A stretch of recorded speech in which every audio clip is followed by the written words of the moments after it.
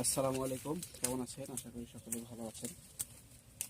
তো দেখতে পাচ্ছেন যে পাটের পাতাগুলো ভাঙা হচ্ছে। তো এখন বর্তমানে বর্ষার মৌসুম চলতেছে, এজন্য ছাগলের খাবারের খুব সংকট।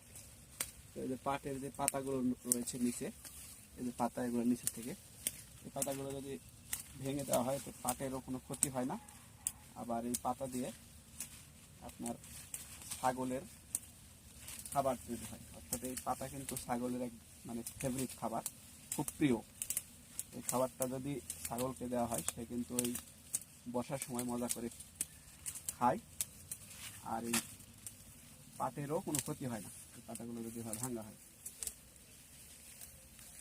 তাই পাতা সংগ্রহ করতেছি, এটা ছাগলকে দিব। কম তো পাতাটা, এটা খেলে ছাগলের অবশ্য কোনো সমস্যাও হয় না, তবে বেশি পরিমাণ খাওয়ানো যাবে না, তাহলে কিন্তু আবার পায়খানা হওয়ার সম্ভাবনা আছে। অল্প অল্প খাওয়ানো যায়।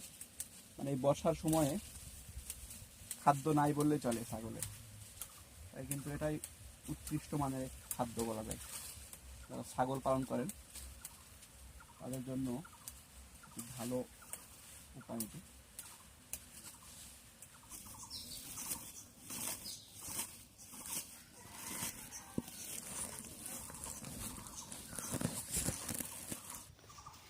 শুধু এদের খাওয়াটা দেখেন কি সুন্দর করে খাচ্ছে।